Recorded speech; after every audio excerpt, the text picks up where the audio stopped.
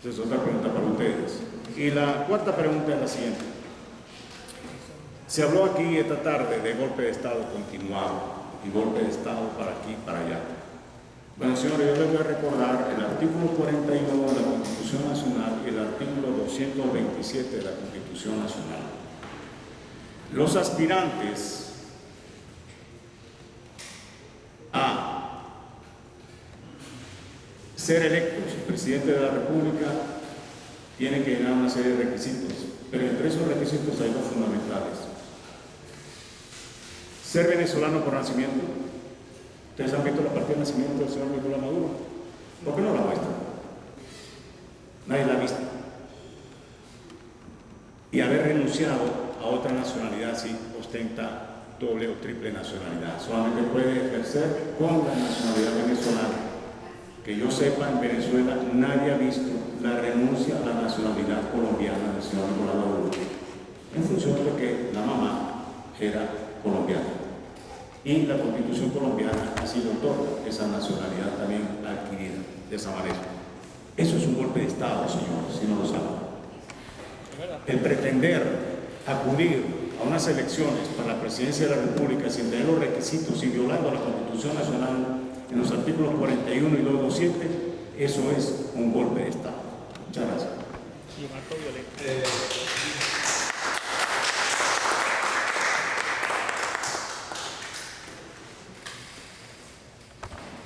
Sí, mi pregunta es para los representantes.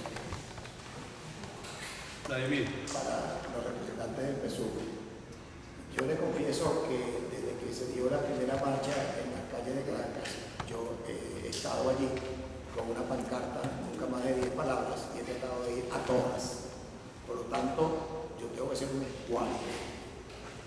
Pero le pregunto, si además de escuálido, ¿usted cree que a mí me financia la CIA o que yo soy un fascista? Es todo. Bien, señores, vamos ahora al mundo de la respuesta. Antes digo lo siguiente: parece interesante plantearle. Allá me queda uno. Vente para acá, vente para acá, vente para acá, por favor.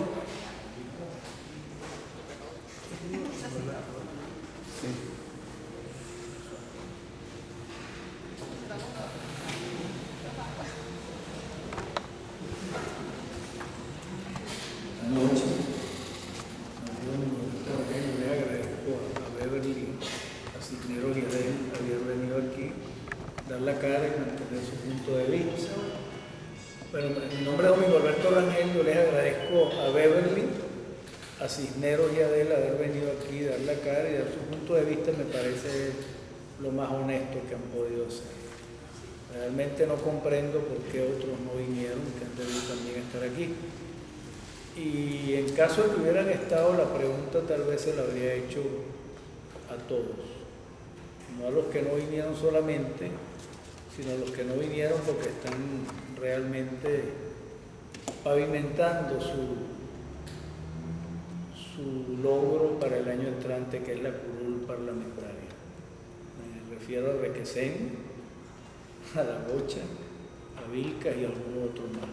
Ellos han debido estar aquí. En todo caso, yo lo que les diría, ustedes son una gente joven, ustedes están enfrentando un mundo distinto. El mundo del siglo XXI es distinto al que nosotros enfrentamos cuando pasamos por esta aula. Venezuela se ha quedado en una discusión, a mi juicio, bastante atrasada. La polarización ha empujado a eso. No voy a calificar lo que dijeron. Me parece de todas maneras que lo han hecho de manera honesta y les ha salido del alma. No tengo por qué calificarlo mal a ninguno. Pero sí quisiera decirles y preguntarles por qué una gente joven que vive en un país con tantas dificultades, que no las hubo antes, sobre todo el tipo económico, el tipo de la vida cotidiana, de las esperanzas, que ya hay compañeros de ustedes que probablemente están estudiando y están pensando en irse a vivir al exterior, eso nunca había pasado antes. ¿Por qué ustedes reproducen la pugna entre los escuálidos y el gobierno, cuando tal vez de la generación de ustedes debería estar saliendo un país distinto, unas soluciones distintas, que las hay, que no voy a estar explicando aquí nada, bueno, no es el sentido, pero sí podrían ustedes escaparse de esa polarización que tiene entrampado a medio país, pero que no me esperaba realmente que a gente tan joven lo tuvieran también entrampado en eso. Bien. Antes de la palabra, compañero, para la respuesta correspondiente, digo nada más. En primer lugar, creo que voy a suscribir en todas sus partes las palabras de don Miguel Alberto, que ahí coincidimos plenamente. Y eso me permite ahorrar tiempo. En segundo lugar, quiero repetir nuestro agradecimiento a los compañeros por su presencia esta tarde de dificultades en este foro. Y en tercer lugar, hacer un apunte en relación a los jóvenes hoy. Compañeros, creo que es bien importante la posición reflexiva que ustedes han manifestado en el día de hoy. Sin embargo, por razones cronológicas, me permito simplemente una sugerencia, que intenten profundizar esa reflexión para que le den todavía más fuerza, más sustento, pero que en la medida de lo posible también se aparten de los esquemas dogmáticos, terribles, que nos han impuesto a lo largo del tiempo. Venimos seguramente de la misma escuela, la escuela liberal positivista del siglo XIX, que lamentablemente no se ha roto en este país. Seguimos pensando a los siglos XIX, y estamos en el XXI. Ya un compañero aludía a lo que es hoy la intensificación y profundización de un culto. Y cuando uno ve este culto, uno dice, ¿dónde estamos? ¿Qué hemos hecho? Reciente me decía un alumno temerario, me decía esas palabras: profesor, yo voy a creer en una nueva historia en Venezuela el día en que podamos derribar todas las estatuas que implique el pensamiento, que impliquen las ideas, las obras de este pasado, que nosotros lo que hacemos es reproducirlo y volverlo a reproducir. Ese día comenzaré yo a pensar en que estamos haciendo una nueva historia. Pero en el día de hoy, mis queridos amigos, aquí estamos viendo una historia donde se nos obliga simplemente a ser pasado, en nombre de un discurso que habla del siglo XXI, y dentro de un ratico se va a hablar del siglo XXII, pero estamos inmersos en un pasado. Lo decía la pregunta del compañero Vladimir, cuando dice, es que no, ahora somos patriotas y escuálidos. ¿Dónde está ese fundamento? Porque yo pienso distinto a ti, y mi proyecto de país y de vida ser distinto al tuyo. Tú eres el patriota y yo soy el escuálido. Oye, eso es temerario, por decirlo menos, pero en el fondo hay un dejo de dolor, de tristeza, de pasado, de profundo pasado. Y creo que los jóvenes, que son hoy día no simplemente instrumentos de una política, sino aspirantes a ser puntales de una política,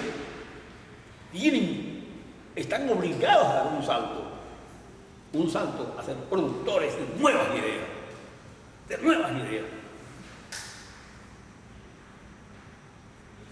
No es un imperativo, es una simple necesidad.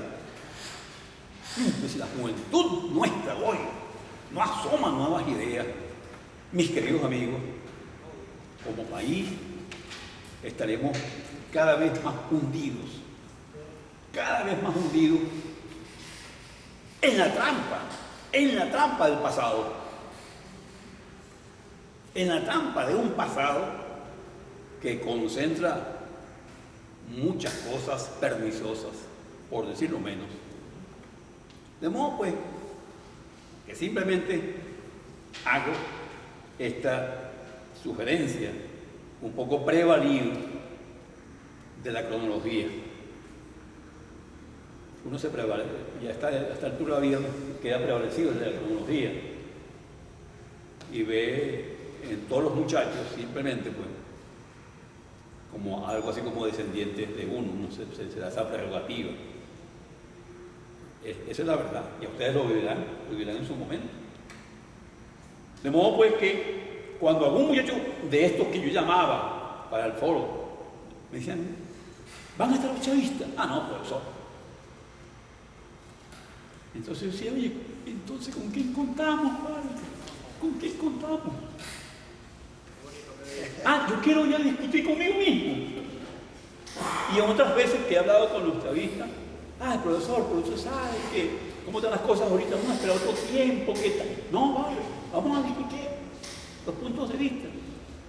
Yo, por ejemplo, mantengo públicamente, se lo mantuve en su cara a Hugo Chávez, que eso del socialismo hoy día es un disparate. Porque yo no conozco ninguna parte del mundo donde el socialismo haya triunfado en tanto en cuanto modo de producción. ¿Dónde está el modo de producción socialista? ¿Dónde está? ¿Dónde está el nuevo modo de producción socialista, amigos? En Rusia, en China. China se devolvió para el capitalismo, Rusia se devolvió para el capitalismo. El espectáculo que está dando Rusia hoy, el espectáculo de Rusia hoy. Cuba se devolvió. Ahí hay la política de Fidel, pero la política de Raúl. Fidel pide hoy simplemente salvar la revolución venezolana, que es su revolución, la que no pudo hacer en Cuba. Mientras Raúl pugna por modernizar a Cuba, las dos posiciones. Entonces, frente a esto, mis queridos amigos, verdad que hace falta pensar, y mucho, mucho, mucho. ¿Y a quiénes le damos esa tarea? ¿A nosotros, los que ya estamos de paso, o a ustedes? ¿A quiénes le damos ese papel? Oye, hay que ver la responsabilidad que tienen ustedes en este momento. Oye, no es una tontería. Digo, si ustedes saben asumirla, no es una tontería. Es un peso muy gordo, muy fuerte. Se requiere mucha disposición para la formación y mucha humildad para avanzar de verdad. Finalmente digo, mis queridos amigos, que en este momento, en lo que estamos viviendo en este 17 de marzo, hay mucha, mucha, mucha complejidad. Mi oficio es historiador de lo actual, Y si me pides un examen, un diagnóstico de lo que estamos viviendo en el día de hoy, te digo, mira, vamos por partes. Porque la cosa es profundamente difícil. ¿Por qué? Porque se juntan muchos elementos. Cuando Maduro, y lo comentaba en mi primera intervención, dice,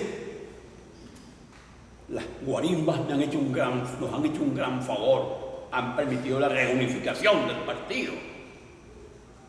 Uno recuerda lo que aquí hemos dicho en tantas veces, la implosión. Y hemos dicho que el cambio inclusive en Venezuela puede tener que ver con el propio PSV a lo interno, la implosión, las corrientes de opinión que hay. Si no, véase a Correa. Véase a Correa para que se sepa qué es otra posición. Magnífico laboratorio que tiene el PSV en Correa. Sigue muy lejos. O léase lo que acaba de ocurrir en PTV con Vanessa Davis. A propósito de una entrevista con el ministro jefe de Economía, le dijeron, buenas noches, señora. Buenas noches. Usted sale de aquí ya. sin preaviso te sale de aquí. Veas entonces esto que estamos viendo al interno del PSV. ¿Dónde? El PSV está unido a algo muy importante que se llama el Partido Militar Venezolano. Ese partido que el compañero Leonardo decía que es el que ha sido fundamental en el mando, en el poder mando venezolano, ciertamente. A lo largo de nuestro proceso histórico, esto es lo que ha prevalecido. Esa corriente, fundamentalmente, que la vemos hoy bien establecida. Amigos míos, la marcha cívico-militar que se acaba de producir, encabezada por la ministra de Defensa, el general López Padrino y Diosdado Cabello, no tiene precedentes en la historia de América. Argentina, Perón, no la hizo. Donde dijo, señores, aquí tenemos las Fuerzas Armadas como primer integrante, componentes del poder. Vamos a ver quién se atreve a atacar esta revolución de nosotros los militares. Y lo demás viene después. Esa marcha, mis queridos amigos, yo en mi registro histórico no tengo nada igual. Nada igual. Ahora, esa marcha, para nosotros, civilistas, políticos, académicos, esta realidad en su conjunto es un profundo desafío. Un profundo desafío porque implica nada más, registra lo que es un tiempo de grandísimas, muy grandes dificultades que tenemos que ver cómo enfrentar. Roberto Vélez responde o comenta finalmente.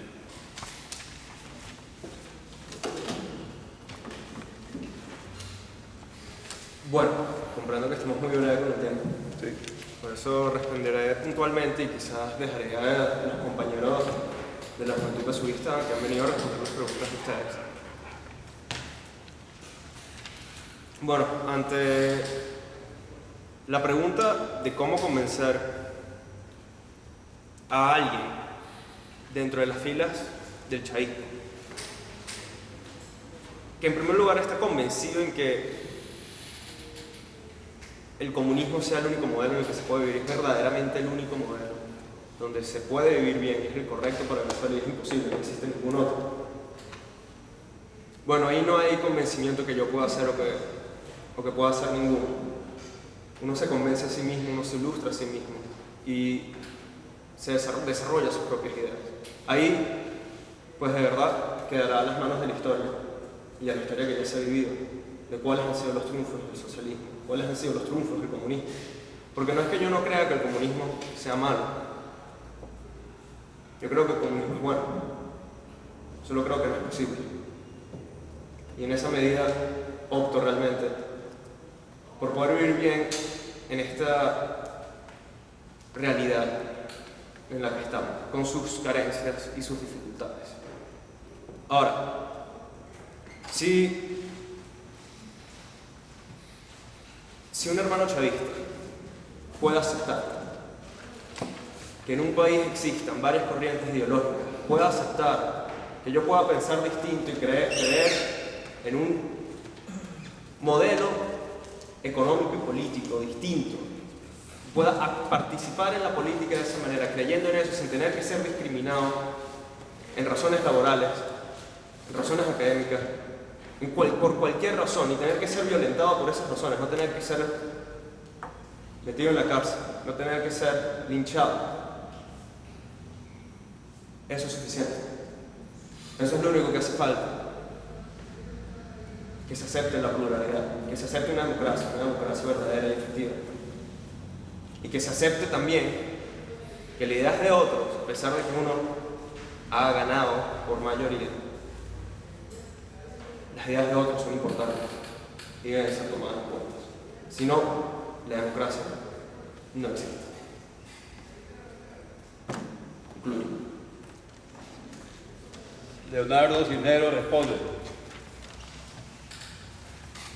Frente. Perdón. Creo que primero agradezco las preguntas que se nos han dirigido en particular a nosotros. No me siento magullado. Al contrario, siento que esto lo que hace es que ustedes conozcan cómo pensamos en ciertos sectores de la juventud revolucionaria. Y es totalmente válido y agradezco todo eso. Pero creo que en gran medida las preguntas y las opiniones han tenido cierto nivel político un poco bajo y reduciéndolo a términos peyorativos que utilizan los líderes de lado y lado para dirigirse a otros, cuando todos sabemos que ese tipo de términos, que ese tipo de estilos políticos particulares en nuestra sociedad venezolana es parte de la idiosincrasia del venezolano, de cómo nos referimos a otros en otro término, en otros términos peyorativos. Una de las primeras preguntas era condicionamiento al diálogo por el gobierno, que era del compañero de Un Nuevo Tiempo. Trataré de ser lo más breve posible con todas las preguntas que logré anotar todas. Creo que el condicionamiento al diálogo lo han puesto ustedes y tú mismo lo acabas de aceptar. De ahí no creo que tenga que hacer mayor hincapié. Condicionamiento al diálogo que nosotros proponemos es el único y que se hace, que es el reconocimiento a la legitimidad como jefe de Estado que tiene Nicolás Maduro y que se hace simplemente asistiendo al diálogo al cual invita la revolución. El otro fue democracia social. Creo que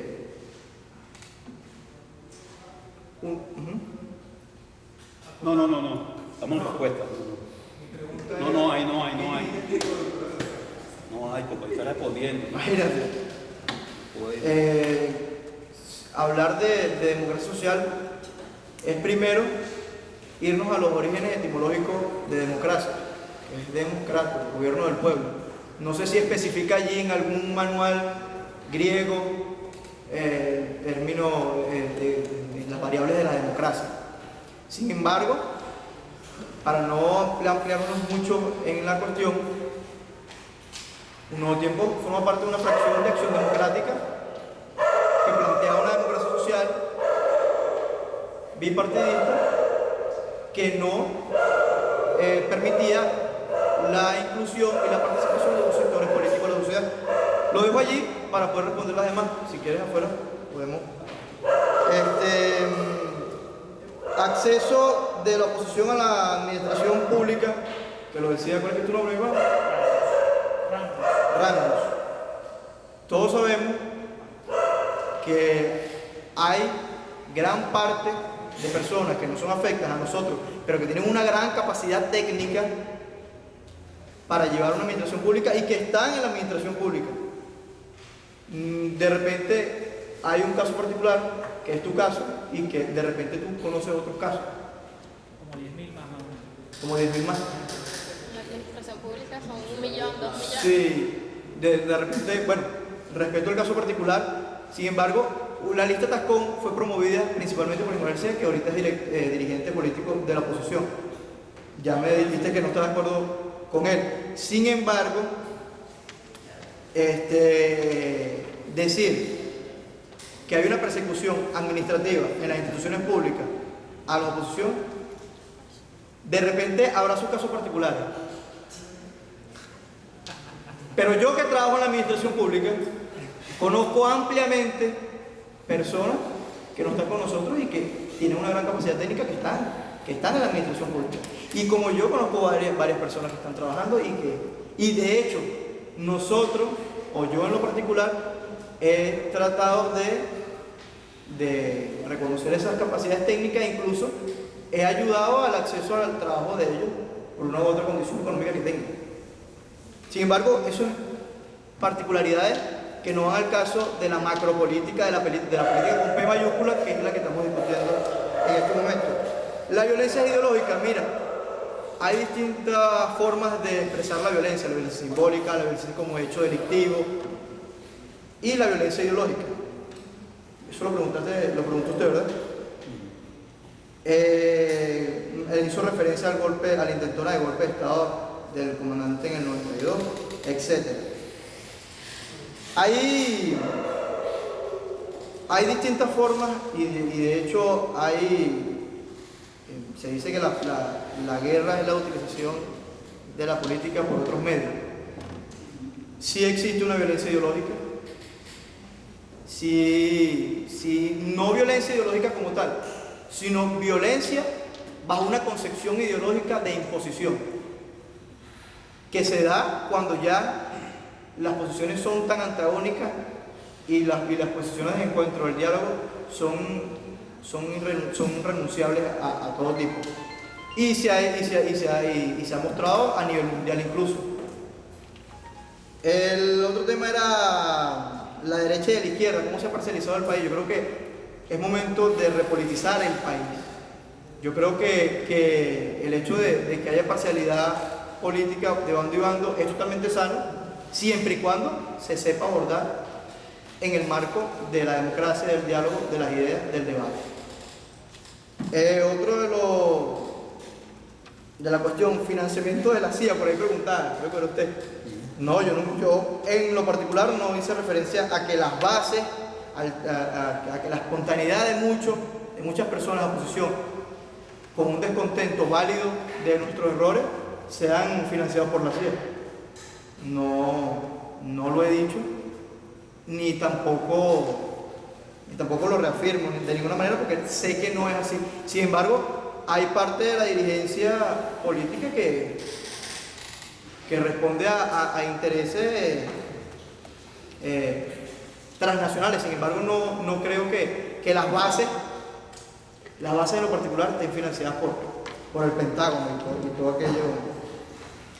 ¿Existe democracia universitaria? Preguntaba usted, profesor, ¿no?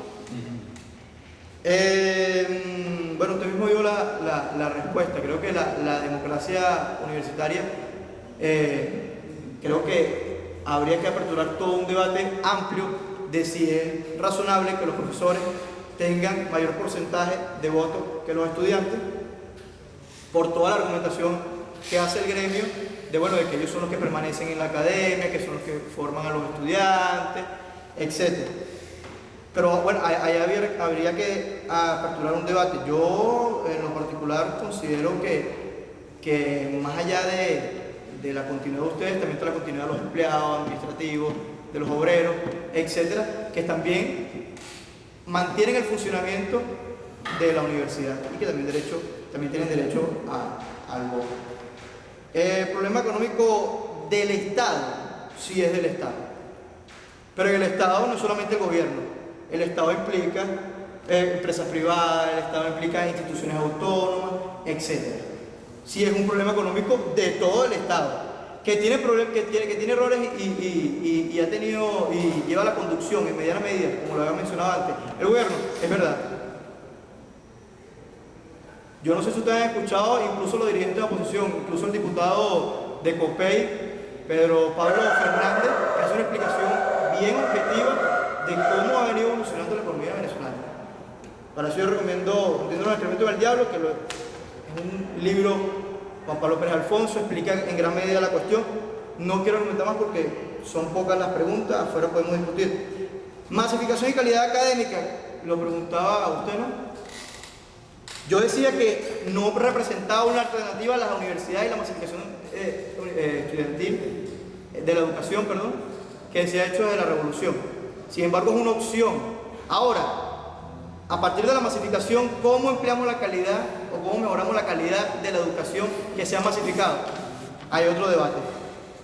Pero lo que decía al principio, el ejercicio de la crítica se ha prostituido tanto que ha sido una negación absoluta de las cosas y no críticas propositivas, argumentativas y de acciones concretas. Yo quisiera saber qué hace el profesor para mejorar la calidad de otras universidades, más allá de su crítica. El regar dinero, populismo, ¿lo mencionaba usted, no? ¿O usted, profesor? Yo creo que mientras la sociedad venezolana sea condicionada por la renta petrolera, los problemas se resuelven es a partir de allí, y eso es un problema real. Es un problema real de cualquier sistema político, incluso del socialdemócrata, de Acción Democrática y COPEI, incluso del prejimenismo, incluso del gomecismo, que desde allí fue que empezó. La generación del 28 llegó al poder, decía usted, no llegó en el 28. Antes de eso, como lo mencionaba, había sido determinada por militares. Estaba Jorge Larrazábal, estaba Prejiménez. Y luego fue que ellos accedieron al poder. Posición, las UH armadas, lo mencionaba. ¿Usted sí lo mencionaba o lo mencionó usted igual? Yo, en lo particular, si eso es, yo no sé si usted ha visto a personas de la UH armadas. No sé si el carácter de las VH, que es un carácter electoral y que se está conduciendo como un carácter político de defensa de la revolución, está empleando las armas. No lo sé. Lo que sí sé es que de la juventud del partido, que en gran medida orienta las políticas de las VH, que son un instrumento electoral, es para ellos, para coyunturas electorales. Acceso a las universidades tradicionales por el tema de la calidad universitaria y de la calidad estudiantil, de cómo la inversión social, creo que más o menos así lo explicaban, lo que pasa igual que en Cuba, lo que pasa en la Unión Soviética, lo que pasa incluso en China. Yo creo que el acceso a yo considero que no todo el mundo debe entrar a la universidad, porque creo que hay, sin embargo, no creo que todo el mundo esté al lado de la educación. Lo que creo es que hay sectores de la sociedad que se desencantan por la academia, producto de estar en la academia. No estoy colocando la academia en un nivel superior de sectores de la sociedad como la producción agrícola, como las producciones industriales, etcétera, que para ello hay que tener conocimiento. Sin embargo, el acceso a las universidades tradicionales no es producto solamente de la calidad académica de los estudiantes que vienen de bachillerato, es producto también de filtros que se han generado en el acceso en el sistema de ingreso a la universidad. Y eso lo sabemos todo el mundo. ¿Quién no sabe en la universidad y en el país que aquí hay venta de cupo? Que aquí hay tráfico de cupo. Eso forma parte de los problemas reales de la universidad. Del país. Y del país, por supuesto. La nacionalidad de Maduro, otro nivel bajo de la política. Yo creo que cuestionar, yo no sé si usted tiene cercanía a las familiares del presidente, no sé si convivió con el presidente, yo conozco personas que se han convivido con el presidente, porque bueno, uno se forma al calor de la revolución, conoce tanta gente de este sector que le permiten conocer cierta gente que ha tenido vínculos desde las bases sociales, organizativas y políticas que tienen de lucha política revolucionaria histórica en el país.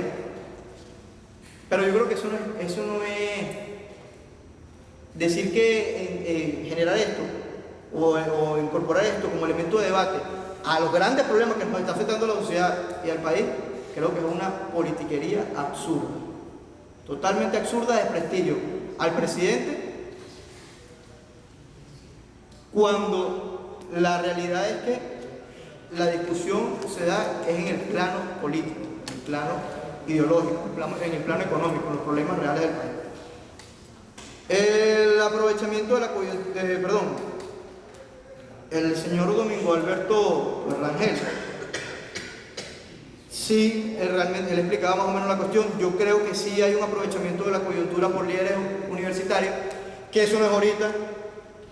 Vemos incluso contemporáneamente los casos de Ricardo Sánchez, los casos de Charique, como a través de coyunturas difíciles ellos han pujado por sobrevivir políticamente para lograr cargos burocráticos de captación de renta y de sectorizar poderes, medianamente poderes políticos.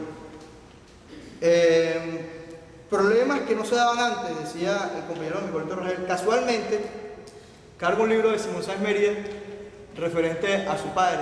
Soy fiel lector de Don Miguel Rangel y creo que Don Miguel Rangel es uno de los principales autores que refleja los problemas realmente fuertes de la sociedad de antes, a los cuales usted creo que desconoce. Y hay infinidad de libros a los cuales se refiere: La oligarquía del dinero, Gómez el amo del poder, Los andinos al poder, Alzado contra todo. Cualquier cantidad de libros, creo que más de 100 libros escribió su padre y más de 100 artículos y columnas que ha escrito en periódicos históricamente, y que es un constructor académico y político, intelectual, de gran trascendencia en nuestra sociedad. De gran trascendencia en la sociedad, que fue violentado por los gobiernos bipartidistas, por el gobierno perejimenista. Me extraña que diga que problemas que actualmente se dan no se daban antes. Y el libro escrito por Juan Pablo Pérez Alfonso del problema económico, de la renta petrolera y de la no productividad, no lo escribió al calor de la revolución. Lo escribió antes, cuando era gobierno. Cuando era gobierno de los adecos. ¿O no era así? ¿Sí? El profesor Agustín Blanco Muñoz hacía referencia al socialismo cubano y al modelo socialista fracasado a nivel mundial, pero hizo hincapié en el tema cubano. Si había una política direccionada por Fidel, otra direccionada por Raúl. Yo creo que allí, mientras Fidel siga vivo, es el director de orquesta de Cuba. Y creo que lo que ha hecho Cuba es entender la evolución dialéctica de la sociedad mundial y apartar los prejuicios ideológicos arcaicos que se tenían, aislados de la globalización, y entendiendo la realidad de la sociedad cubana. No renunciando a las concepciones socialistas y comunistas del 58, del 59 cuando la toma el poder. No renunciando a ello, sino tomando medidas producto de una evolución normal de la sociedad a nivel mundial. ¿O es que la sociedad no evoluciona? No tiene cambios dialécticos. Si la sociedad es estancada, si los hechos sociales y políticos son estancados, no sé en qué universidad, la universidad que nos decía el profesor, una universidad positivista. Y por último, bueno, yo creo que por el tema del hincapié económico, y creo que es uno de los problemas que ha desatado este tipo de incomodidades políticas. El problema económico, como decía, es responsabilidad de nosotros, pero también del sector privado. ¿Cuál es la producción que tiene el sector privado? Más allá de la polar. ¿Qué hacen los otros sectores privados? ¿Qué hemos hecho nosotros? Fortalecer el aparato monoproductivo de la extracción del petróleo, de una riqueza predestinada del subsuelo. Que hemos expropiado ciertas empresas y no hemos fortalecido el aparato productivo allí, es verdad. Que tenemos deficiencia en la producción, técnica, política, es verdad. Pero también es verdad que la escasez y la inflación es producto de la gran circulación de liquidez que hay en la economía venezolana. ¿Y por qué hay gran circulación de liquidez? ¿Cómo? Escasez. Sí. ¿Aquí no hay escasez? ¿No están diciendo que hay escasez? Producción. Bueno, sí. ¿Cómo? También es producción.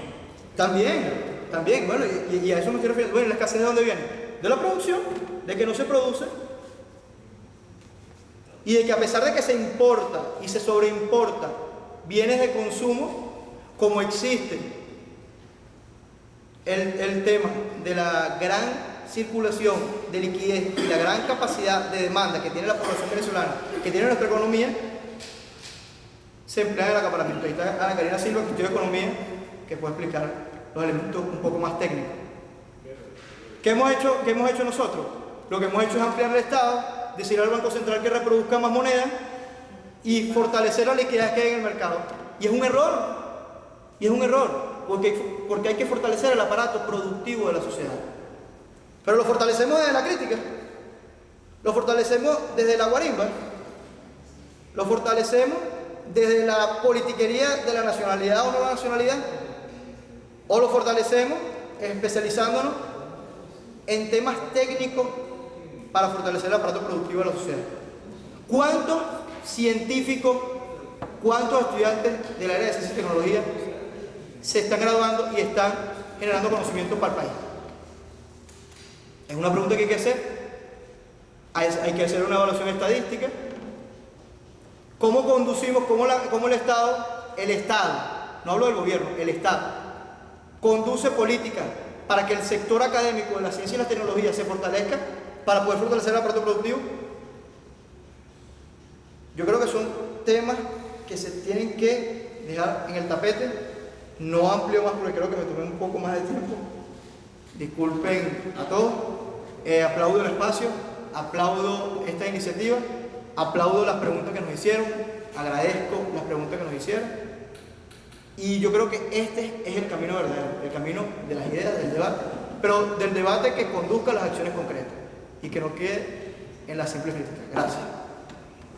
Mira, nada más que una precisión para efectos de la gente que tenga acceso a este material. La legislación del 28 no llega al mando poder, llega al mando poder en 1945, con el muy conocido golpe de Estado a Medina Angarita, 1945, el trienio 45-48. En el periodo perejimenista, del 48 al 58, también hay gente de la generación del 28. Y en el periodo que va del 58 al 98, es el periodo que se ha entendido como el de la plenitud de las ideas y realizaciones de la generación del 28. Desde 1945 en adelante se conoce ya pues el golpe de Estado moderno. Ese es el 45, lo vamos a ver en el 48, lo vamos a ver en el 58, lo vamos a ver en los golpes que se dan en los 40 años, el último de los cuales es el del 4 de febrero del 92. Todos estos golpes se llaman violencia militar o violencia militar cívica o cívico-militar, en términos precisos. De modo pues que la política venezolana, materialmente, en este periodo ha estado unida a lo militar, a la violencia militar, entendida como golpe de Estado. Eso nos lleva a la segunda clarificación, que en este periodo nos hemos conseguido, es decir, del 45 a esta parte, nos hemos conseguido con periodos de permanentes violencia. El periodo 45-48 es de violencia, 48-58 es de violencia dictatorial. El periodo de los 40 años de la consagrada democracia representativa deja en el camino por lo menos 5.000 muertes, 5.000 muertos democráticamente establecidos. Y el periodo revolucionario, ya sabemos que no olviden que en el periodo de los 40 años hubo, entre otras cosas, la llamada década de la violencia. Y esa década de violencia significó una gran cantidad de muertos, desaparecidos, gente que todavía en el día de hoy no sabemos qué fue de su existencia. El actual periodo, llamado revolucionario, no escapa a esta violencia. No escapa a esta violencia. Es un periodo donde estamos viendo la violencia desde su nacimiento el 4 de febrero del 92 hasta el día de hoy, donde hay una violencia que proviene, según las fuentes de la derecha, o de los escuálidos, y según otras fuentes proviene fundamentalmente de la situación que está planteada hoy en este ex país. Quería dejar ese apunte allí para la gente que vayan a ver este material y no les queden dudas, por lo menos en la cuestión cronológica. La compañera Escalona, Beverly Escalona, responde. Lo más breve posible porque... Sí, breve porque mi compañero Leonardo ya respondió bastante. Bueno, principalmente yo veo con suma preocupación que en este escenario nosotros somos capaces de hacer comentarios xenofóbicos. Eso es intolerable, compañeros. Nosotros no debemos hacer eso. Yo creía que nada más lo iba a presenciar o lo iba a ver en una pancarta de la oposición, en una de sus marchas, pero aquí... ¿Son xenofóbicas entonces? Aquí no. La constitución xenofóbica. Yo emplazo al panel Un para que, momentico, por favor. un punto de aclaración de la compañera. Mira, entre nosotros, en esta cátedra, nada es intolerable. Aquí hay lo que se llama completa y total libertad de expresión. De modo que tú puedes expresarte como quieras, sin problema. Lo único que nosotros no utilizamos aquí es la expresión, digamos, en orden personal. Pero de resto, en el campo, las ideas, lo que tú quieras. De modo que aquí no hay cosas intolerables, mi querida amiga. No hay cosas, aquí todo lo toleramos. Todo, lo que se llama todo lo toleramos. De modo que el compañero tiene todo su derecho a expresar su opinión respecto a lo que considera él la nacionalidad del presidente. Eso no hay ningún problema. Esa es tu opinión, tú tienes una opinión contraria y eso no tiene por qué enemistarnos ni convertirnos en intolerantes. Gracias. Bueno, pero los comentarios xenofóbicos igual no son buenos. No vamos a mantener ese punto. Por otro lado, vamos a responder aquí. Claro que sí, todo golpe de Estado, en cualquier manera que se haya generado, es un acto de violencia. Y como ratifico mi posición, yo soy intolerable a la violencia. No puedo unirme a eso, no lo puedo aceptar. Pero también el compañero Carlos creo que nos nombraba muchos afectados por estas guarimbas y por la violencia que se ha generado en los últimos días, y yo le respondería a eso que los 36 trabajadores del Metro de Caracas que han sido agredidos también nos duele a nosotros, que la compañera de Globovisión, que no era precisamente afecta a la revolución, y el atentado que sufrió también nos duele, que la compañera de BTV entrando al canal y por las protestas que vivió sufrió un tiro en el estómago, un impacto de bala, también nos duele, que los asedios y actos vandálicos afuera de mi universidad, en los cortijos, a mí y a todos mis compañeros nos ha afectado muchísimo. Y bueno, sin mencionar todos aquellos acontecimientos que han acarreado estos últimos hechos que se han suscitado en estos días. Totalmente condeno la violencia, nuevamente lo ratifico. Y sí, compañero Leonardo, tienes mucha razón, la liquidez.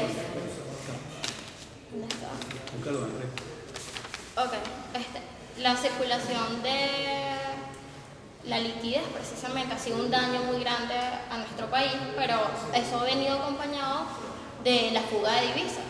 No es para nadie un secreto que en menos de 4 años en nuestro país se han fugado más de 150 billones de dólares, y eso es un daño tremendo, es un desangramiento a la economía venezolana, y nosotros eso tampoco no nos parece justo, pero eso yo sí le emplazaría al gobierno a que las medidas sean más serias, de que nosotros debemos de tener mayores controles y cuidado a quién se le otorga esas divisas.